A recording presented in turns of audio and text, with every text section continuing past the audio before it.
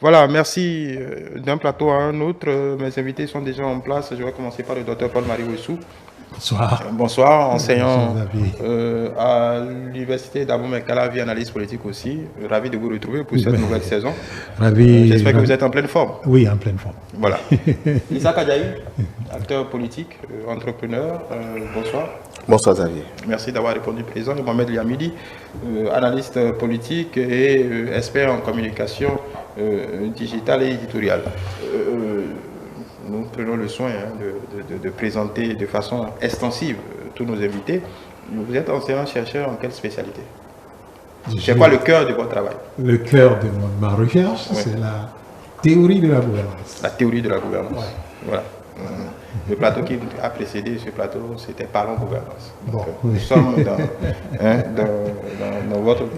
la droite ligne de la gouvernance. Nous allons en parler régulièrement. Il faut préciser que moi, je suis dans les études africaines, enfin, les études littéraires appliquées à la gouvernance. Les études littéraires appliquées à la gouvernance. Voilà, donc je suis dans la théorie, purement dans la théorie de la gouvernance. Et bientôt, vous verrez le prochain article scientifique. Qui détaille la théorie. Nous allons en débattre de la valeur de cet article scientifique avant que les journaux scientifiques n'en parlent. Bon. On va commencer. On a deux sujets. Mission de contrôle de la Sénat, quelques partis politiques en conflit avec la loi, et le 2, consommons local 4e édition. Nous allons peut-être commencer par le plus basique parce qu'on en avait parlé brièvement sur ce plateau. Le consommant local, apparemment, c'est un leitmotiv de l'UEMOA. Tous les mois d'octobre sont consacrés dans tous les pays de l'UEMOA à promouvoir la consommation locale. C'est devenu presque une habitude. Mais la question aujourd'hui, c'est est-ce que ça impacte vraiment? Je vais commencer par Mohamed Liamidi. Je ne peux pas répondre à la question de façon totalement affirmative. C'est-à-dire, je ne peux pas dire oui, ça impacte, non, ça n'impacte pas. Mais j'ai des appréhensions. À partir du moment où les indicateurs sur lesquels on peut se baser ne sont pas le fait de venir montrer à la télé, de faire ci, on fait ci, ça. Au-delà de ça, c'est comment dans le quotidien les citoyens vivent. Comment d'abord ils saisissent la notion même du local. Ensuite, comment valoriser ça pour que chaque jour soit un jour de consommation local et non un mois consacré sur 12 au consommation local. Parce que évidemment que un mois pour encourager les gens à consommer local ne se fait pas. Mais il est bien de rappeler la chose. C'est en ce sens que le mois du consommation local a sa raison d'être. Maintenant, est-ce que dans nos valeurs de tous les jours, est-ce que dans le mental même, c'est là d'abord le problème, dans la conception même de ce qu'est de ce qu'est le local, est-ce que nous trouvons de valeur à ça? Si nous ne trouvons pas de valeur à ça, moi je pense qu'il serait difficile de trouver de valeur à nous-mêmes, puisque nous sommes d'abord le local, pour ensuite consommer le local.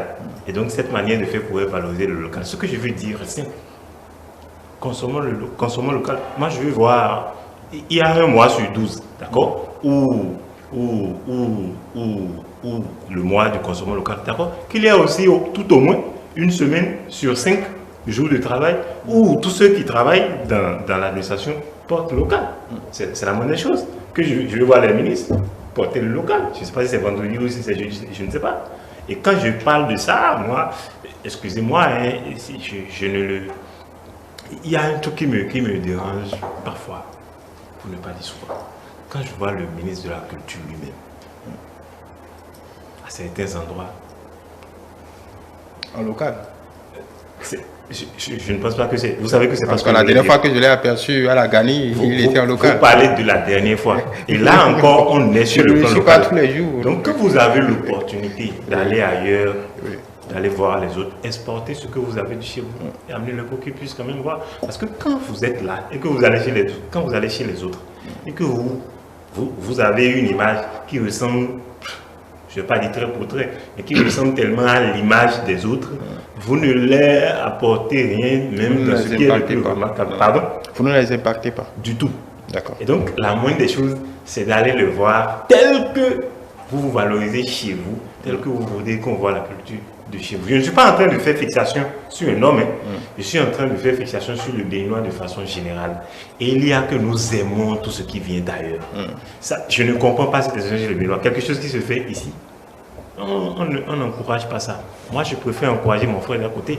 Maintenant, L'autre problème qui peut, je ne dis pas que c'est ça qui justifie ça, mais auquel on est souvent confronté par rapport à ça, c'est que les nôtres, dans leurs prestations, ça manque de quelque chose.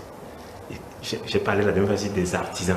Quand vous preniez un coffreur, quand vous preniez un ébéniste, un menuisier, un tailleur, bon, pour ne pas dire couturier, quand vous prenez ces gens-là, un soudeur, quand vous les prenez, un charpentier, quand on vous présente des œuvres, ça ne vous... Oui, d'accord, ils vous diront aussi que vous n'êtes pas toujours prêt à payer le prix. Bon. Il vous fait Isaac Adjaye. Oui, la question c'était... Consommons local. Qu'est-ce que... On en a l'habitude, hein, c'est une...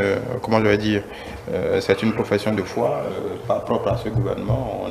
Il y a toujours cette ambition dans l'air, quelque peu, de consommer ce que nous produisons. Mais au fil du temps, est-ce que ce n'est simplement pas un slogan? Est-ce que ça a un impact réel dans ce que nous faisons sur la population? Quelle est votre résonance à vous? Comment vous percevez cette résonance-là dans la société? Non, je pense quand même que le consommation local d'abord doit être une question de politique d'État, au sommet de l'État. Et le cap doit pouvoir être donné à partir d'abord de nos gouvernants. Le consommation local, ce n'est pas seulement les plats, les mets, c'est d'abord la culture, le tourisme, l'alimentation et le béninois typique, qui nous sommes en réalité, au sommet de l'État, jusque dans l'administration publique. Quel est le signe qui montre aux Béninois, dans leur globalité, que nous sommes attachés par exemple à notre culture ou à notre tradition, à nos valeurs culturelles que nous voulons promouvoir? Il a abordé d'une manière ou d'une autre la question. Je prends l'exemple à côté ici au Burkina Faso. Le Faso d'Anfani a été imposé comme tenue de l'administration. Et que le président de la République, notre canevas, c'est à quoi ici? Nos parents, je n'ai pas vu, enfin, sauf erreur de ma part, moi depuis 7 ans, je crois bientôt 8 ans, on s'en va être 8 ans, je n'ai jamais vu, en tout cas moi, le président de la République porter le canevas du Bénin, par exemple. Il faut donner le cap à partir de là, par exemple, d'une manière ou d'une autre.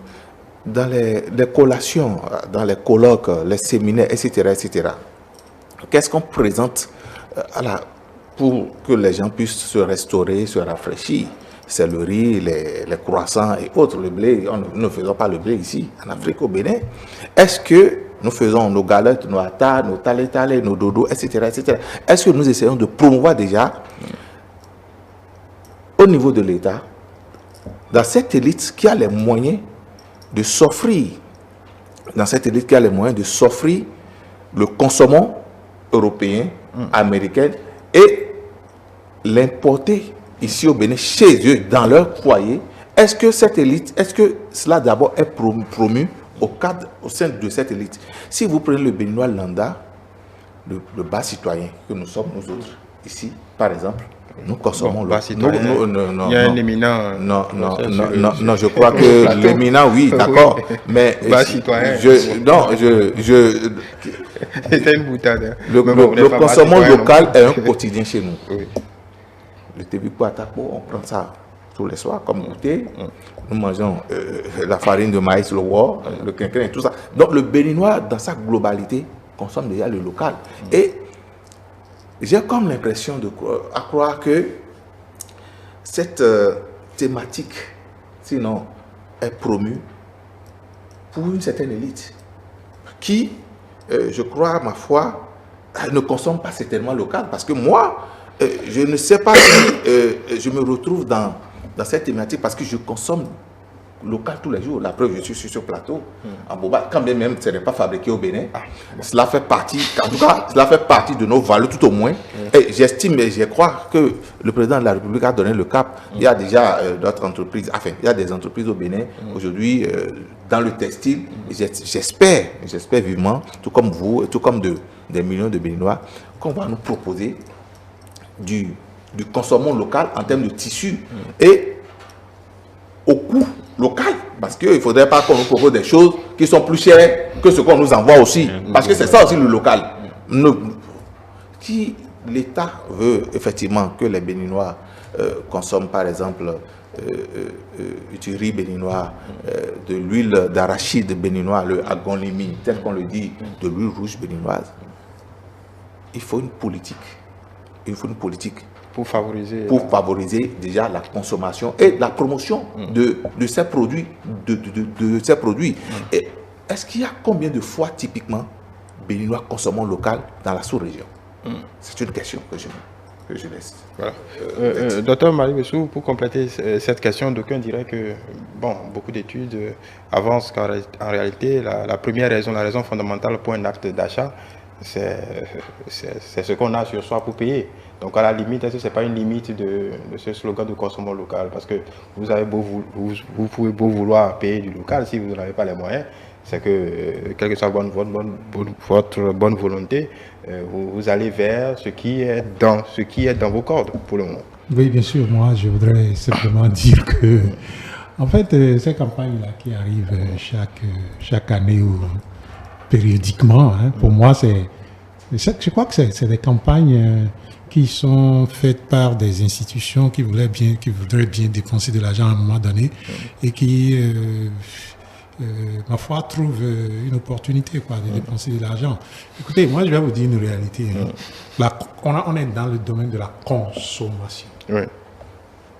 Que ce soit local, que ce soit international, que ce soit régional, la consommation dépend d'un seul facteur fondamental. Et ce facteur s'appelle chez les Anglais le feel-good factor. Feel good. Feel good. Il est en bomba, c'est parce qu'il est à l'aise. Moi, je suis en veste, c'est parce que je suis à l'aise. Si je ne suis pas à l'aise en veste, je passerai en bomba. Maintenant, ce qui est important pour moi, sur lequel nous devons mettre l'accent, c'est d'abord de la production. Il faut d'abord produire, il faut que le produit soit disponible. Vous allez dans les supermarchés, regardez les rayons, et comptez-moi le nombre de produits béninois qui se trouvent sur les rayons. C'est des choses simples.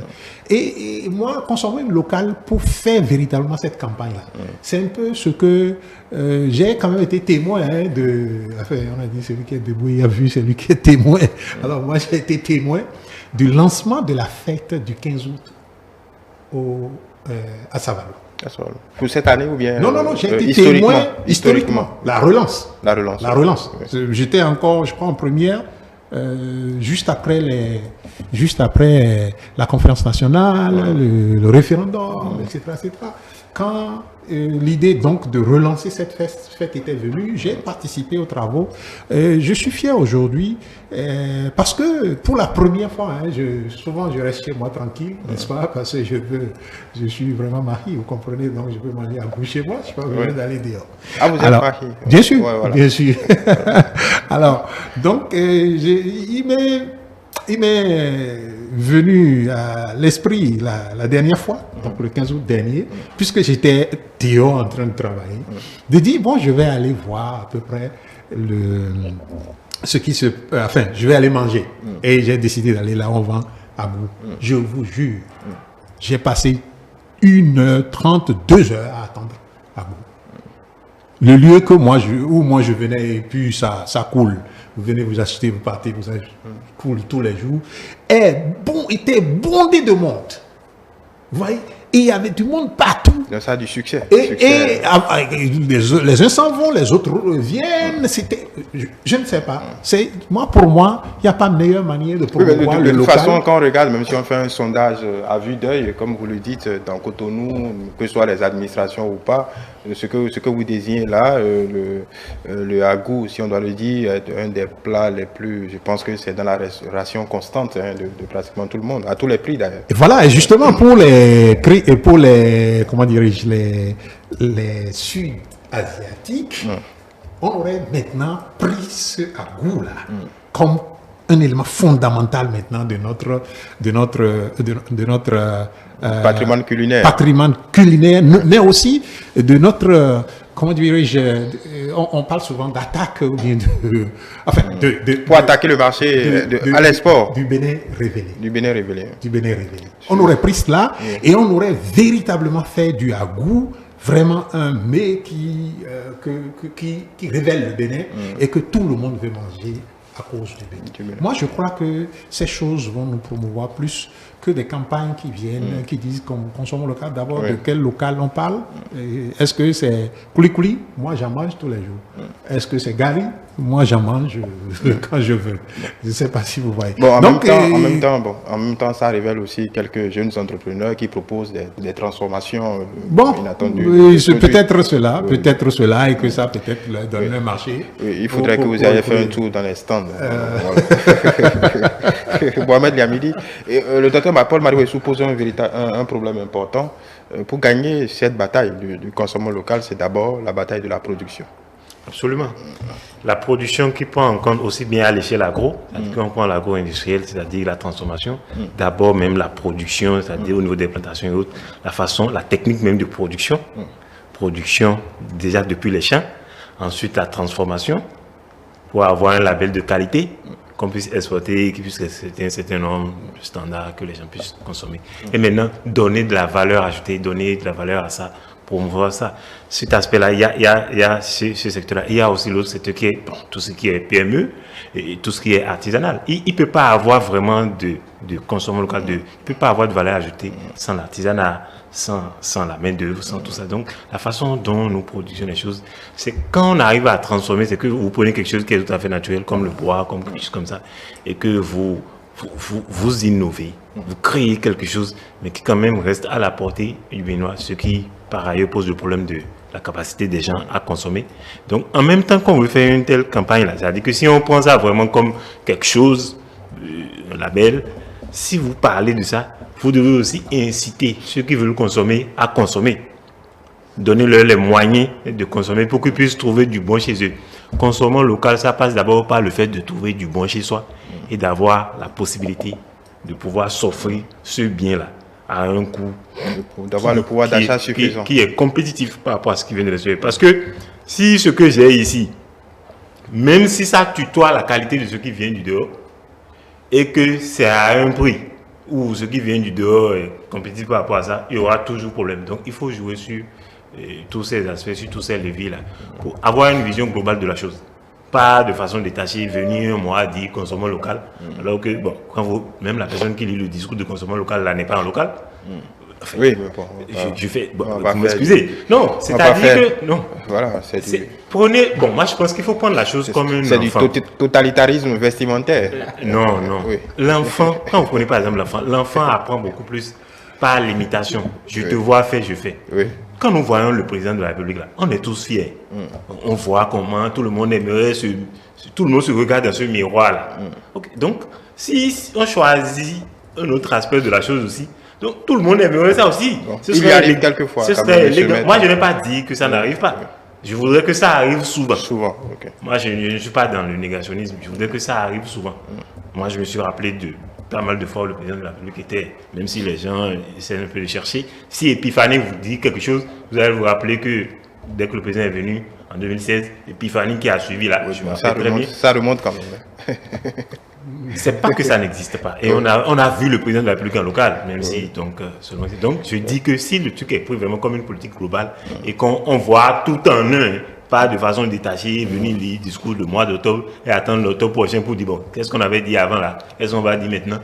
Donc, vous n'imaginez pas quand les deux que le ministère ne travaille pas, quand même. D'accord. Je ne suis pas là pour imaginer. J'imagine que, je suis d'accord avec eux, mais en partie, j'imagine que le consommant local n'est pas seulement... Vous savez, je ne sais pas combien de Béninois vont au supermarché, vont dans les grandes surfaces. Le consommant local doit d'abord, avant tout, être une question de quotidien de tous les Béninois. Et le quotidien de tous les Béninois, c'est le marché local. De chaque Béninois, je suis dans quel arrondissement, quel est le marché qui est juste à côté de moi. Qu'est-ce qui est produit dans les champs? C'est d'abord ça, le consommant local. L'autre aspect du consommant local, d'accord? C'est pour ça que j'ai dit, je suis d'accord en partie, tout ce qui est produit manufacturé, transformation. Parce que le clou-clou qui est transformé, qui est devenu le clou-clou d'Agonlé, en sachet au supermarché, c'est le même clou-clou qui est au quartier, sauf avec une valeur ajoutée de façon industrielle pour marquer une certaine différence par rapport à la conservation, etc. etc., etc. Donc, du coup, je voudrais qu'on puisse nuancer un peu ce type de consommation locale que nous sommes en train de promouvoir tous les mois, tous les ans. Est-ce que c'est le consommation local du quotidien du Béninois qu'on est en train de promouvoir, ou bien c'est le consommation local d'une certaine élite? Je reviens là-dessus et puis c'est très important. Je ne sais pas combien, comme nous sommes, bon, moi, par moment, c'est une opportunité pour entrer dans les grandes surfaces, mais vous aussi certainement. Je ne sais pas combien sommes-nous au Bénin Moi, c'est le marché. à pouvoir rentrer dans les grandes surfaces et pour dire je veux de l'acajou grillé au beurre, de l'arachide grillé au beurre, de clou-flou d'angoni, ou etc. etc. C'est pour ça que je reviens pour dire il faut revenir sur le quotidien du Béninois qui en majorité consomme déjà ce qui est produit localement. Ce qui est produit localement et tous les jours. Maintenant, qu'est-ce qu'il faut faire pour que ce qui se fait pour créer une valeur ajoutée, booster notre PIB, effectivement, puisse être connu de plus de Béninois? Ça, c'est notre travail et c'est à nos gouvernants, c'est à la politique, aux politiques, de mener une politique de promotion au sommet de l'État pour qu'effectivement nos entreprises, nos petites entreprises puissent effectivement tirer leur épingle du jeu. Et à ce niveau, je soutiens ce consommation local qui est promu. Je dis à ce niveau, je soutiens ce consommation local qui est promu si c'est pour promouvoir les entreprises qui ont du génie, qui ont quelque chose à vendre, qui ont quelque chose à promouvoir. Et ces entreprises eux-mêmes d'abord de commencer par s'organiser, de ne pas attendre seulement tous les ans, un mois durant pour dire consommation local. Ils n'ont qu'à commencer tout de suite par organiser comment vous appelez, des expositions, ventes dans la sous-région. On peut partir à Togo, au Togo, au Ghana à côté pour dire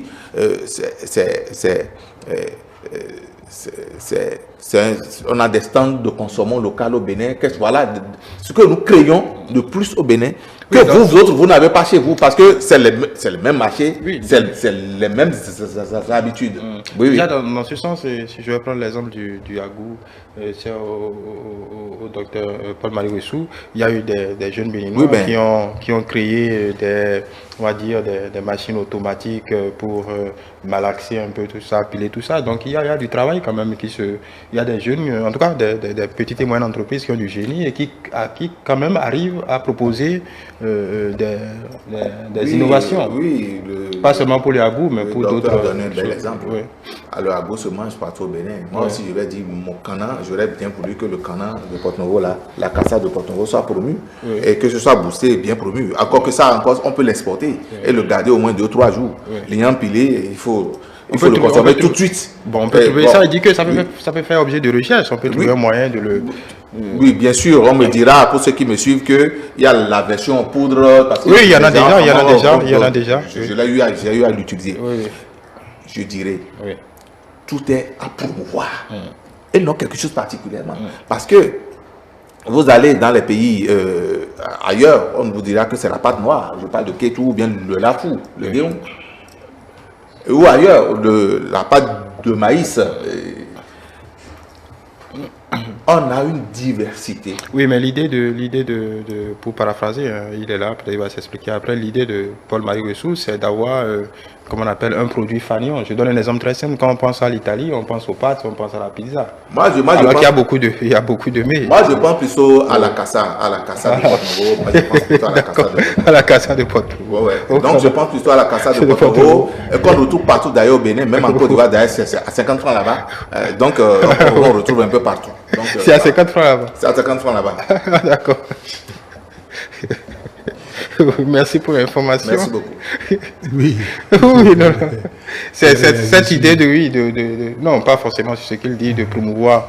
C'est vrai que nous avons une vaste richesse culinaire, du nord au sud, de l'est à l'ouest, mais déjà pour parler d'innovation, de transformation, je donnais l'exemple là tout à l'heure, on peut prendre l'exemple des foyers améliorés que le président de la République personnellement a voulu promouvoir. Il y a quand même un tissu de PME qui essaye quand même d'innover, de créer des choses, de créer plus de valeur ajoutée. Il faut les soutenir, il faut les accompagner. il faut leur donner les moyens de se sentir à l'aise. Il faut leur donner la possibilité de grandir comme entreprise. Et il faut les sécuriser. Pour moi, sécuriser veut dire qu'il n'y ait pas un gouvernement qui vient demain et ils doivent fuir ou ils doivent, ils doivent mettre un terme, mettre terme à leur production ou devoir s'expatrier pour pouvoir faire valoir encore leur chose là. Il faut cela, c'est ce qui est important et c'est ce qui va nous faire avancer. Moi, quand j'étais encore au quotidien dans la presse, sous la responsabilité, bien sûr, du DG Agapit Napoléon, à travers la chat et autres. Et j'ai été envoyé à un reportage à l'ambassade du Ghana, leur fête nationale, à une de leurs fêtes nationales. Et bon, vous savez, ces fêtes-là, ce qu'on fait toujours, il faut les salam alek, puis les discours, et puis on se donne un peu on remue un peu la mâchoire. Alors, vous allez vers la table, tout ce que vous trouvez sur la table, c'est made in Ghana. Il n'y a rien qui fut venu du Bénin. Ah, même l'eau? Made in Ghana. Voltique. C'était voltique. Ah oui, mais ça, vous êtes en train de faire de la publicité. Oh, ok, Vous allez passer à la caisse. Je suis désolé. Non, j'ai rien repris relation avec voltique pour passer à la caisse. Bon, écoutez, c'est juste pour dire que, en fait, la production est l'élément fondamental pour pousser à la consommation locale. Quand on parle de supermarchés, en réalité, il y a au Bénin une flopée de Béninois qui vont dans les supermarchés aujourd'hui. Il y a une classe moyenne qui se crée au Bénin, qui existe désormais, et dont, comme on l'appelle, les membres et leurs enfants ont cette tendance-là à aller, disons, s'approvisionner dans les supermarchés. Il y a beaucoup de supérettes aussi. Il n'y a pas que de grosses... Non, il n'y a pas que de grosses surfaces, bien sûr. Donc, mais c'est de ça qu'il s'agit. Et ça devient une certaine mode pour cette classe-là. Ce n'est pas ma grand-mère qui est au village qui irait dans les supérettes ou bien dans les supermarchés. Elle consomme local tous les jours. Donc, si vous lui demandez de consommer local, je ne sais plus, elle va vous demander de quel local vous parlez. Alors, donc, pour moi, il faut... moi j'ai parlé du agou, il a parlé d'akassa. Il y a bien sûr la pâte noire que j'adore aussi. Et il y a beaucoup de mets qu'il faut valoriser. Mais il faut valoriser. Mais ce qui donne le punch au agou finalement, qui est devenu transversal sur le territoire national, c'est cette fête-là qui est derrière. C'est cette fête qui est derrière. Et donc, le Kana peut trouver une fête derrière, la pâte noire peut trouver une fête derrière, ainsi de suite, et je crois que ça va... Parce qu'aujourd'hui, voilà l'un des problèmes, il y a certaines personnes, si vous ne les amenez pas manger à goût le 15 août, vous avez des problèmes. Vous comprenez? C'est une fête qui est devenue nationale. Voilà. Donc, c'est un peu de cela que moi, je pense qu'il faut... C'est comme ça que je pense qu'il faut faire la chose, la promotion du consommateur. Bon, vous n'allez pas m'avancer, mais que vous ne voulez pas vous battre pour un mets particulier.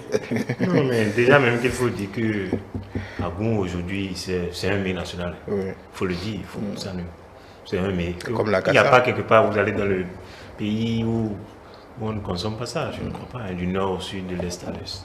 Donc, déjà, si on trouve ça comme quelque chose de bien, mais le consommation local dont on parle comme un souvent, ça veut dire que des gens je ne vais pas dire les petites gens, pour eux, ce problème-là n'existe pas. C'est pour les gens... Bon, attention, le consommation local, ce n'est pas seulement la consommation. C'est surtout les points que je dis. Il y a les meubles, que ce soit les mets, que ce soit l'habitude vestimentaire, que ce soit les meubles, que ce soit... Il y a des gens pour qui les petites gens... Même les médias. Voilà, donc je dis pour les petits gens, ce problème ne se pose pas. Ce n'est qu'à un certain niveau que moi je veux voir ceux qui disent la chose, ceux qui je veux les voir eux-mêmes dans le fait, je veux les voir même dans l'action. pour donner l'exemple, pour amener les gens à comprendre. Et j'aimerais dire en ce sens que j'aime souvent voir le président de l'Assemblée nationale. Le président Vlavono, j'aime souvent le voir parce que quand vous le voyez, bon, vous sentez qu'il ne s'éloigne pas de chez nous. Il reste chez nous. C'est lui. Ne me dites pas que je m'excuse. Oui, je peux oui. ceci. Par exemple, il y a quelque chose qui prend un peu d'ampleur. Je ne sais pas si vous connaissez le Wokoli là. Oui, le Wokoli. Avec du matinja. Oui. Le Wokoli du lendemain. Bien sûr. Le Wokoli, c'est pour le lendemain. C'est ça qui est poli là. Je disais que même les médias, il faut du consommation local. Parce qu'aujourd'hui, nous sommes dans le numérique. À l'aide du numérique, il y a une société de diffusion. Les entreprises, il y a des entreprises, il y a certaines entreprises, ils vont chercher le sharing des audiences de telle ou telle émission, les grandes émissions directes du monde, à telle heure, avant de placer leur produit. Ça s'appelle la médiamétrie. Oui. Alors, on n'en est pas encore là. Du coup, quand on investit dans la communication à travers ces émissions, c'est de la valeur ajoutée pour la chaîne de télévision qui prend l'argent pour réinvestir et donner plus de bons programmes aux téléspectateurs. Donc, le consommation local, ce n'est pas seulement que de la bouffe. Ce n'est pas seulement que des vêtements, que nous portons. C'est du tout et du tout. Et pour nous dire du tout et du tout. Même, bon, ce que je veux dire, je ne veux pas le dire, sinon je risque de porter préjudice à certaines entreprises sur place. Donc, il vaut mieux que chacun se fasse sa petite idée de la chose. Merci. Voilà. Merci beaucoup. On va passer rapidement à l'autre sujet. Par rapport à cette mission de contrôle diligentée par la Sénat, je tiens à préciser avant que la Sénat n'a pas fait encore de rapport par rapport à cette mission de contrôle. D'ailleurs, les partis politiques s'en sont plaints. Aujourd'hui, je crois, de voir sur les médias certaines informations fuitées. Nous allons faire foi à ce que le quotidien, le matinal a rapporté sur quelques failles remarquées sur le terrain. Par exemple, on va prendre un exemple seulement. Le journal rapporte que sur les 13 partis politiques ayant une existence légale en République du Bénin, il n'y aurait que 7 qui auraient des sièges nationaux, par exemple, en bonne et due forme. C'est ce que le quotidien, le matinal avance. Donc sur les 13 partis politiques, seulement 7 disposent d'un siège national. Certains d'entre eux ont leur siège dans des hameaux, dans des zones inaccessibles et au domicile des responsables.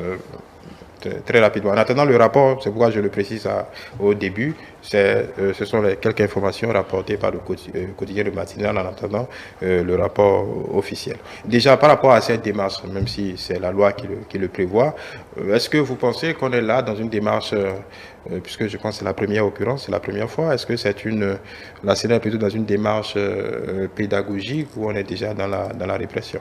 Bon. L'un dans l'autre, ça se rejoint. Parce que, vous savez, le problème qui se pose, même si on fait foi à ce qui est dit là par le quotidien Le Matinal, quand vous prenez sur 13 partis enregistrés, légalement reconnus au pays, et qu'il y a 7 qui ont des sièges nationaux. Or, la loi dit, en plus des sièges nationaux, il faut avoir un siège dans chaque département. Donc, 12 départements, donc 12 sièges, plus le siège national. Mais le problème qui se pose, ce n'est pas le problème de la volonté des partis à avoir un siège. Parce qu'un parti qui veut animer la vie, il est normal qu'il... Mais le vrai problème qui se pose, c'est la question du financement des partis. Parce que un parti qui veut avoir un siège national, ça a un coût. Ensuite, 12 sièges départementaux, ça a aussi un coût. Même si vous estimez ça au bas à 100 000 francs, fois 12 mois, on excède déjà le million. Donc, l'argent là, ça viendra de qui? Ça viendra pas de la poche. De toute façon, on n'en est pas encore là. De la poche des militants qui vont se cotiser. Ils doivent se cotiser. Disons les choses telles qu'elles sont. Qui vont se cotiser. Parce qu'il faut d'abord croire en un idéal pour pouvoir. Quelque chose pour laquelle vous cotisez, c'est que vous croyez tellement en la chose. C'est maintenant que nous sommes en train de travailler à atteindre des idéaux au niveau des partis. Moi, je suis très réaliste quand il s'agit de ce sujet-là. Je l'ai dit ici la dernière fois. Donc le problème qui se pose, la Sénat est allée faire quelque chose parce que c'est la Sénat qui c'est les tests c'est les tests. Donc c'est la Sénat qui attribue les moyens, le financement, qui octroie le financement. Bon, c'est prévu. Hein. Donc en respectant les tests, la Sénat octroie les moyens aux partis qui sont éligibles. C'est ça. Hein. Donc il va de soi que la Sénat est contrôlée. Bon, les moyens que je vous donne là, ce que le minimum que vous êtes censé faire de ça, est-ce que vous le faites? Mais la loi dit en fait que dès que le parti existe, il doit avoir un siège national et des sièges départementaux. Mais là, ce n'est pas lié aux questions de financement. Alors que pour que cela soit réel, il faut le financement, puisque les sièges, ça ne va pas tomber du ciel, ce n'est pas un cadeau du Père Noël. Donc, il faut le financement. Et moi, pour ne pas tergiverser, j'avais cru. Hein, je peux être naïf en le croyant. Hein. Je n'ai pas... là, on n'a pas la liste des partis qui ont tout au moins les sièges nationaux. Je veux voir s'il y a tous les partis de la mouvance, c'est-à-dire que les 4 que l'on connaît, l'Union progressiste, le Nouveau... Bon, l'autre information, le quotidien de Matinale avance que seule l'Union progressiste, le Renouveau, le Bloc républicain, les démocrates, ce sont les 3 formations politiques qui disposent de sièges nationaux et des sièges dans chaque département. Donc, vous remarquez déjà que seuls ces 3 partis-là sont ceux qui bénéficient actuellement du financement public. Oui. Parce qu'ils sont éligibles. Oui. Parce qu'ils ont des élus. Oui. Bon, en plus de ça, il y a la FCBE. Oui. Donc, voilà les partis qui ont le financement. Donc, il va de soi, c'est tout à fait normal. Si eux n'ont pas de sièges, ça veut dire qu'il y a un problème. Oui. Il faut dire les choses telles qu'elles sont. Donc, les autres qui n'en ont pas, ce n'est pas par manque de volonté. Mais la question du financement se pose. Et j'étais en train de le dire, moi j'ai cru que ceux qui se targuaient d'avoir la légitimité, d'avoir, comment je vais dire, le titre foncier de l'opposition, et qui critiquaient ces lois-là, sur l'achat des partis politiques, ça prend en compte tout ça là. Donc, moi j'ai cru qu'arriver là-bas, qu'ils en parleront, qu'ils poseront le problème. Mais, du financement. Oui, puisque c'est ça qui fait que le parti existe. Bon, il y a un adage qui dit on réfléchit mieux dans un palais que dans une chaudière. Je ne suis pas en train de dire que les sièges des partis politiques seront des palais ou seront à l'image des palais, mais tout au moins quelque part qui est digne des gens qui veulent animer la vie publique, la vie politique, qui veulent faire des offres, qui veulent apporter des réponses au quotidien, aux questions quotidiennes que les populations se posent. Donc, ceux-là qui veulent se rassembler doivent se trouver dans un milieu dit. Et pour ça, il faut le financement. Et moi, j'ai cru que quand les démocrates seront là-bas, qu'ils vont poser ce problème. Mais depuis qu'ils sont là-bas, depuis qu'eux-mêmes ils jouissent de tous ceux qu'ils ont critiqués, depuis qu'ils sont là-bas et qu'ils jouissent, alors là, les lois n'ont plus de problème. Quand ils s'est agi à leur tour maintenant, ce n'est pas à charge ce que je dis là, mais c'est la réalité. Quand ils s'est agi à leur tour maintenant de bénéficier des chèques venant de l'État, la loi n'a plus de problème. La loi n'est plus taille. Quand c'est à leur tour maintenant d'être chef de file de l'opposition, ils se sont empressés même d'aller voir le président pour dire mais ça tarde là. Donc il faut que ça vienne vite. Donc ces lois-là, toutes ces lois-là qui pourraient poser problème subitement, ne posent plus de problème. Maintenant que c'est à leur tour de jouer. Et je ne vais pas faire ce truc-là. Vous connaissez bien, pour un bon chrétien, ils aiment bien réciter cette partie-là, ce verset-là de la Bible. Vous connaissez. Vous le connaissez. Là où est le trésor, là aussi sera ton cœur. Ce n'est pas un jugement que je porte, c'est une réalité. Oui, est-ce que ça vous inquiète? Encore une fois, selon les informations, on les prend au conditionnel parce que le rapport n'est pas sorti. Et ça vous inquiète que sur 13 parties légalement enregistrées, que ce soit seulement les 3, comme il le dit, qui bénéficient du financement public, qui est coché toutes les cases. Les 3, ce sont l'Union progressiste, le Renouveau, le bloc républicain et les démocrates. La FCBE. La FCBE, bon, selon les informations. National. Non, la FCBE a un siège national. En fait, la FCBE a un siège national, mais on dit ici, le matinal dit ici, seulement les 3 partis ont siège national et tous les sièges départementaux. Écoutez, moi, ça ne m'inquiète pas, mais ce qui m'inquiète, c'est plutôt le raisonnement de mon ami Léamili. C'est ça qui m'inquiète. Le financement oui, sur la question du financement et tous les 2 angles qu'il a donnés à cette question de financement. Je suis désolé. Je suis vraiment désolé. On ne peut pas aller se constituer en parti pour attendre que l'État vienne vous donner de l'argent. Non. Il y a des principes pour avoir accès à l'argent. Si vous ne les remplissez pas, vous allez dormir. Ça, c'est le premier. Deuxième angle de la chose, qu'est-ce que comment dirais-je, les démocrates ont fait dans ça? Non, parce Est-ce que les démocrates pour rappeler, ils avaient non. pressé, Oui, mais écoutez, comme le parti Moël Béné est en train de le faire en ce moment, ils avaient appelé d'ailleurs que tout le monde bénéficie du financement. Et ce qu'il dit, c'est que depuis qu'ils y sont, on n'en parle plus. C'est tout ce qu'il dit. est-ce que les démocrates, depuis qu'ils sont... Moi, je ne sais pas. Moi, je suis quand même l'actualité. Et j'ai vu les démocrates, depuis qu'ils sont au Parlement, dire que les lois ne sont pas bonnes et qu'il faut qu'on les revoie. Oui, et donc, oui, et donc allez, maintenant, le rythme de... Et quand est-ce qu'on fait des sessions sur telle question ou telle question, ça n'incombe pas aux démocrates. Ouais. Donc je ne sais pas pourquoi ils raisonnent en attaquant les démocrates et en laissant de côté les autres.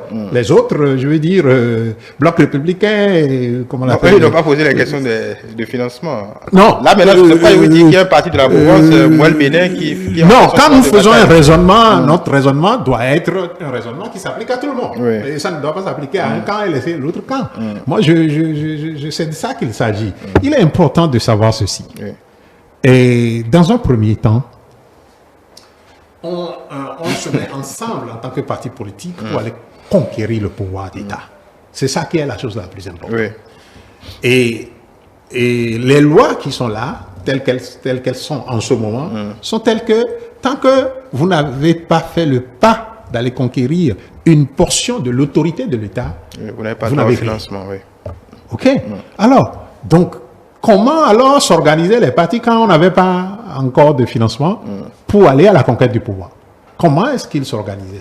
Et comment donc faire maintenant de sorte à ce que vous passiez de l'état de celui qui ne bénéficie pas de financement à l'état de celui qui bénéficie de financement, en attendant bien sûr qu'on revoie les lois et que les lois puissent toucher à tout le monde, tous ceux qui n'ont Oui, pas pour vous, vous l'avez dit, même si on retouche à cette loi, pour vous, puisque votre première assertion, c'est que on ne se regroupe pas pour avoir droit au financement de l'État. Ouais, Bon, juste pour finir là-dessus, est-ce que vous considérez que quand on est parti politique, au moins on doit avoir, même si c'est pas la même chose que les autres, ceux qui ont des élus, ainsi de suite, si on s'en tient à la loi d'aujourd'hui, est-ce que tous les partis politiques légalement constitués doivent avoir droit au financement public? Non. Non. Ça a le mérite d'être clair. Oui. Je vais d'abord répondre au docteur pour dire on vient en politique avec des convictions et non avec l'argent. Donc on se réunit pour être parti politique parce qu'on d'abord on a des idées. Oui, c'est ça qu'il a dit. Oui, je suis d'accord avec lui. Maintenant, on peut ne pas avoir l'argent et avoir des idées et venir en politique, travailler pour son pays. Maintenant, le système partisan tel que c'est conçu, c'est vrai, il faut avoir les moyens de pouvoir opérer. Moi, je ne vais pas parler d'un parti politique puisque je ne suis pas ici au nom de mon parti politique. Je suis ici en tant qu'indépendant. Mais pour vous répondre à vous deux, les démocrates, d'accord, puisque c'est d'eux qu'il s'agit, ils ont eu leur siège quand?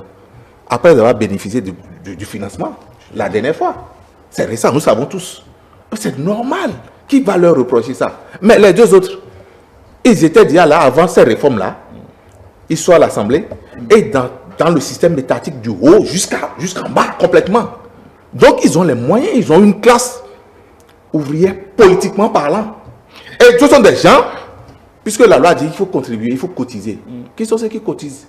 Ce n'est pas des gens qui sont dans mon quartier avec moi, leurs militants qui sont dans des quartiers partout au Bénin.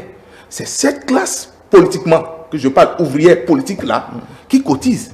Et en plus de ça, le financement public dont ils bénéficient, c'est du droit. C'est normal. Et puis, ils ont travaillé pour en arriver là.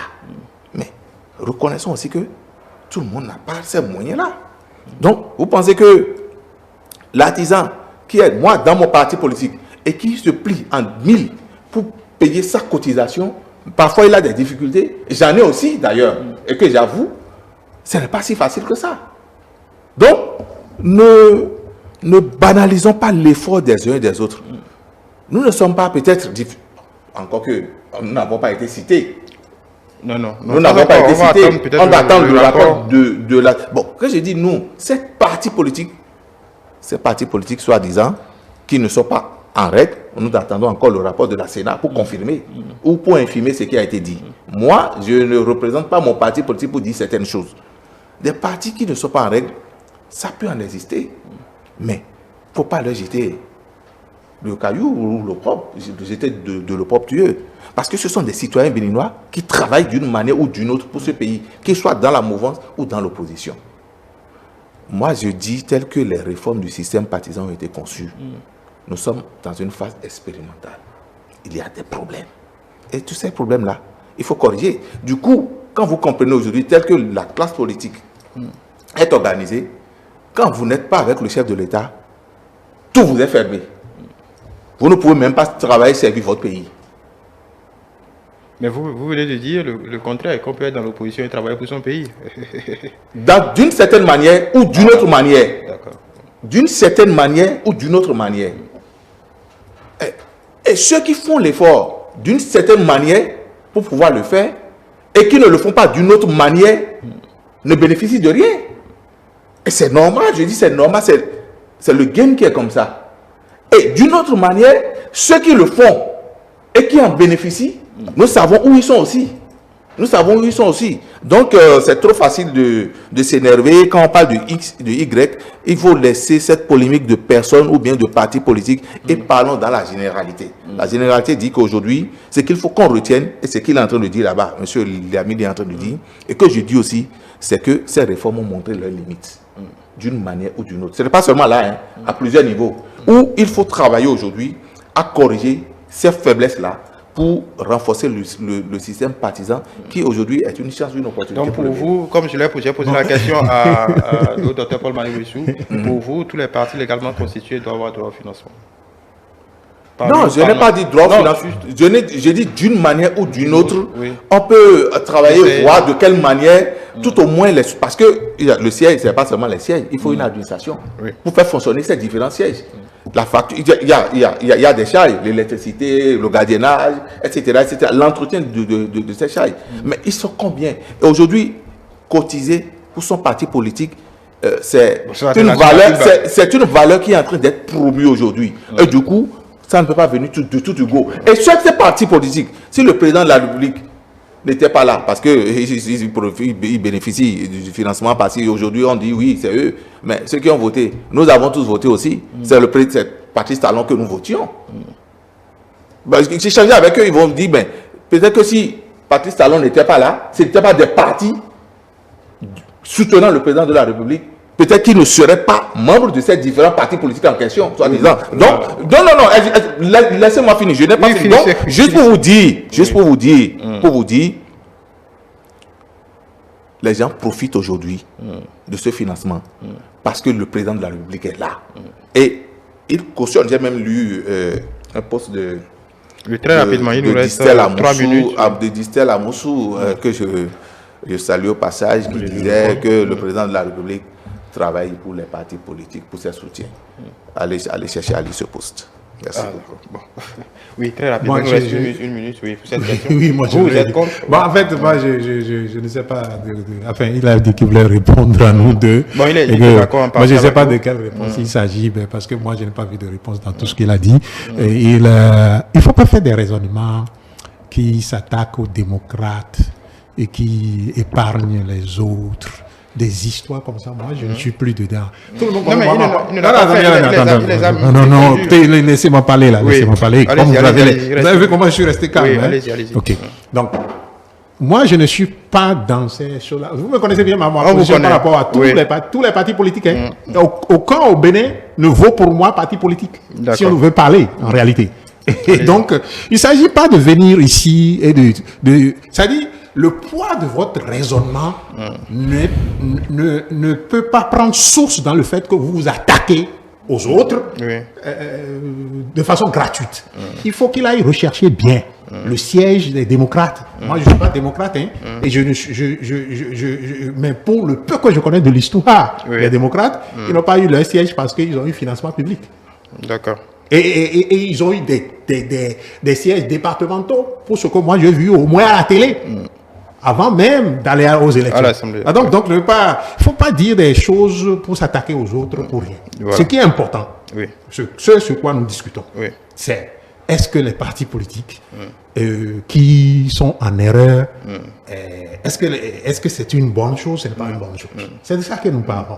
Est-ce que les partis doivent recevoir partis des financements oui. ou pas? C'est de ça que nous discutons.